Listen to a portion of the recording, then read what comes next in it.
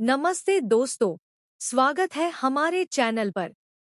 आज हम बात करने जा रहे हैं भारत के सबसे महत्वाकांक्षी अंतरिक्ष मिशन चंद्रयान-4 के बारे में। यह मिशन न केवल भारत को अंतरिक्ष अनुसंधान में एक नई ऊंचाई देगा, बल्कि यह हमें उस सपने के करीब ले जाएगा जिसके बारे में हम सालों से सुनते आए हैं, चांद पर मानव बस्ती। क्या भारत वाकई चांद पर बस्ती बसा सकता है? क्या चंद्रयान-4 इस दिशा में पहला कदम होगा? और क्या भारत अंतरिक्ष की दौड़ में अमेरिका, चीन और रूस जैसे देशों को टक्कर दे पाएगा? इस वीडियो में हम चंद्रयान-4 के हर पहलू को गहराई से समझेंगे, इसका उद्देश्य, तकनीक, चुनौतियां और यह कैसे भारत को चांद पर स्थायी उपस्थिति की ओर ले जाएगा। साथ ही हम यह भी देखेंगे कि क्या भविष्य में भारतीय अंतरिक्ष यात्री चांद पर तिरंगा लहरा सकते हैं।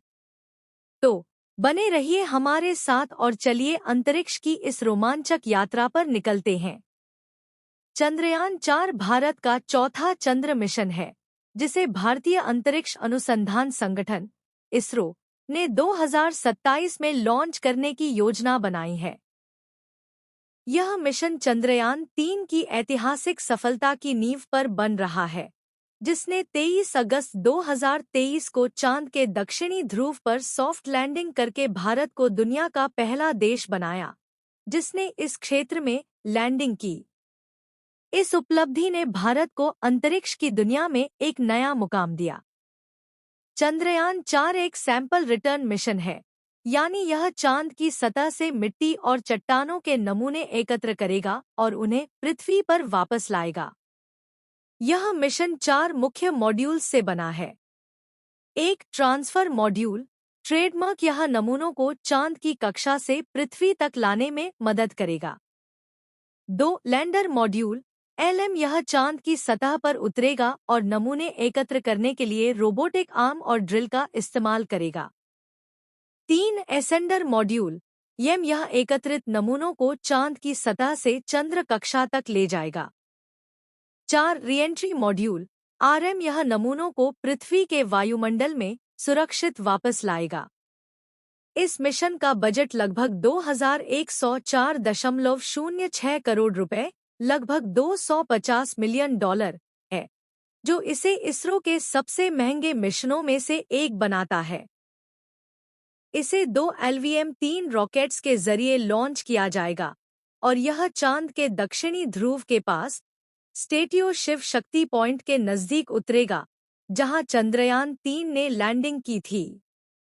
इसरो के चेयरमैन एस सोमनाथ ने कहा है, चंद्रयान-4 सिर्फ नमूने लाने का मिशन नहीं है।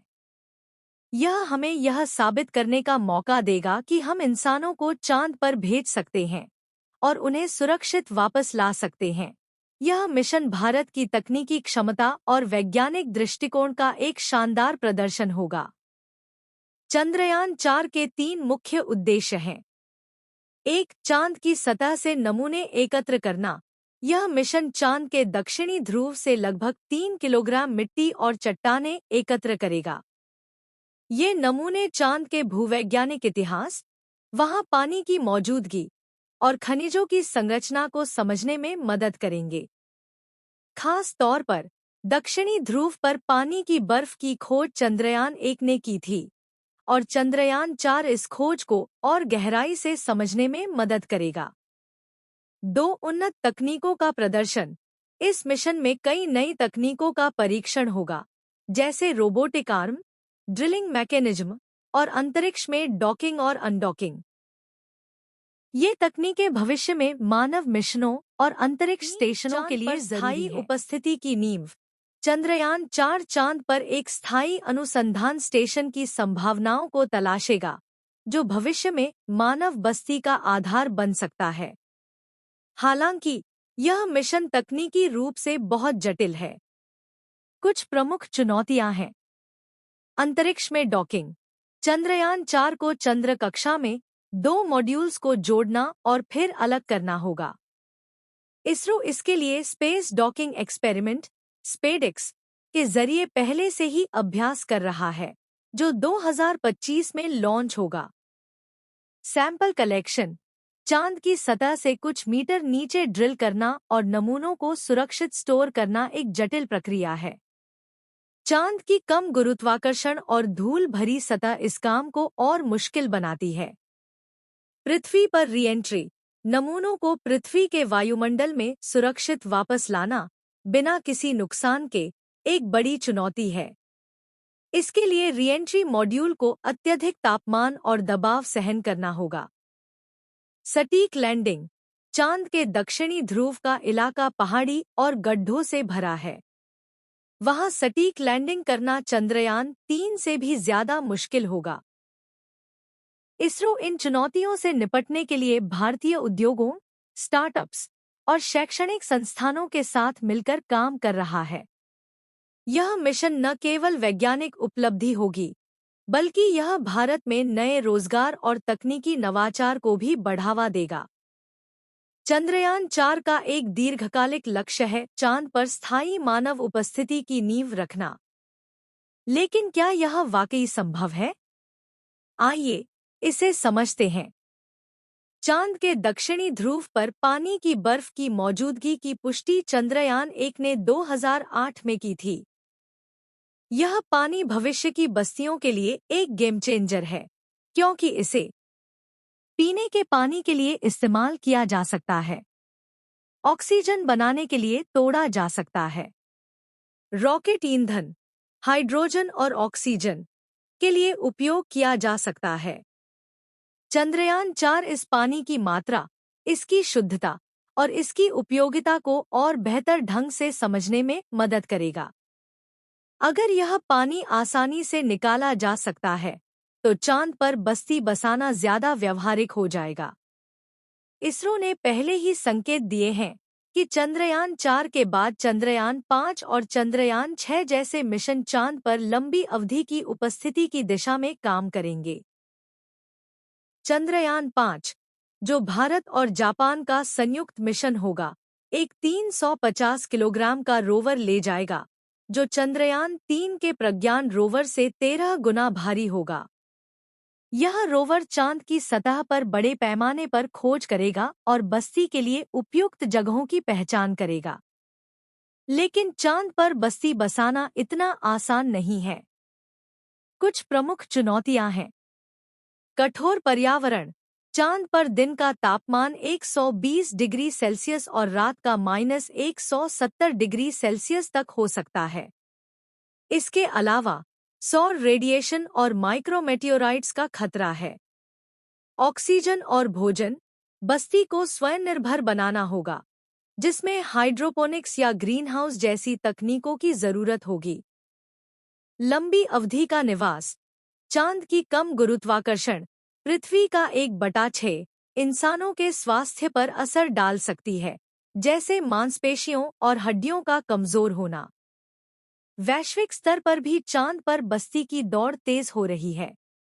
नासा का आर्टेमिस प्रोग्राम 2026 में चांद पर मानव मिशन भेजने की योजना बना रहा है, जबकि चीन 2030 तक अपने अंतरिक्ष यात्रियों को चांद पर उतारना चाहता है। भारत का लक्ष्य 2040 तक चांद पर मानव मिशन भेजना है और चंद्रयान-4 इस दिशा में एक महत्वपूर्ण कदम भारत के लिए नहीं, बल्कि वैश्विक अंतरिक्ष अनुसंधान के लिए भी एक मील का पत्थर है। यह मिशन भारत को उन चुनिंदा देशों की सूची में शामिल करेगा जिन्होंने चांद से नमूने लाए हैं, जैसे अमेरिका, अपोलो मिशन, रूस, लूना मिशन और चीन, चांग-ई 5। इस मिशन में जापान की अंतरिक्ष एजेंसी जक्सा के साथ सहयोग एक बड़ा कदम है। जक्सा और इसरो मिलकर चंद्रयान-5 पर काम कर रहे हैं, जो एक भारी रोवर को चांद पर ले जाएगा। यह सहयोग भारत को तकनीकी और वित्तीय संसाधनों तक पहुंच देगा, जिससे भविष्य के मिशन और किफायती हो सकते हैं। चंद्रयान-4 भारत की अन्य अंतरिक्ष योजनाओं के लिए भी आधार तैयार करेगा, जैसे गगनयान मिशन 2028 में भारत का पहला मानव अंतरिक्ष मिशन, जो 3 भारतीय अंतरिक्ष यात्रियों को पृथ्वी की निचली कक्षा में ले जाएगा।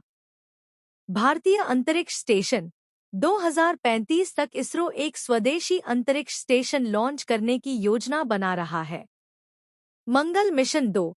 चंद्रयान-4 की सफलता मंगल पर और मिशनों की राह आसान करेगी। प्रधानमंत्री नरेंद्र मोदी ने 2023 में इसरो के वैज्ञानिकों से कहा था, भारत को अब बड़े और महत्वाकांक्षी लक्ष्य रखने चाहिए। हमें चांद पर तिरंगा लहराना है और अंतरिक्ष में अपनी पहचान बनानी है। चंद्रयान-4 इस दृष्टिकोण का प्रतीक है। वैश्विक स्तर पर चांद की दौड़ अब केवल वैज्ञानिक अनुसंधान तक सीमित नहीं है। यह भूराजनीति और संसाधनों की दौड़ भी है। चांद पर पानी और खनिज, जैसे हीलियम-3, भविष्य में परमाणु संलयन, न्यूक्लियर फ्यूजन के लिए महत्वपूर्ण हो सकते हैं, जो स्वच्छ और असीमित ऊर्जा का स्रोत है। भारत का इस दौड़ में शामिल होना उसकी वैश्विक स्थिति को और मजबूत करेगा। इसके अलावा चंद्रयान-4 भारत के युवाओं को विज्ञान और तकनीक की ओर प्रेरित करेगा। इसरो पहले ही कई स्टार्टअप्स और निजी कंपनियों, जैसे स्काईरूट एरोस्पेस और अग्निकुल कॉस्मोस, के साथ मिलकर काम कर रहा है। यह मिशन भारत की अंतरिक्ष अर्थव्यवस्था को बढ़ावा देगा और लाखों नौकरियां पैदा करेगा।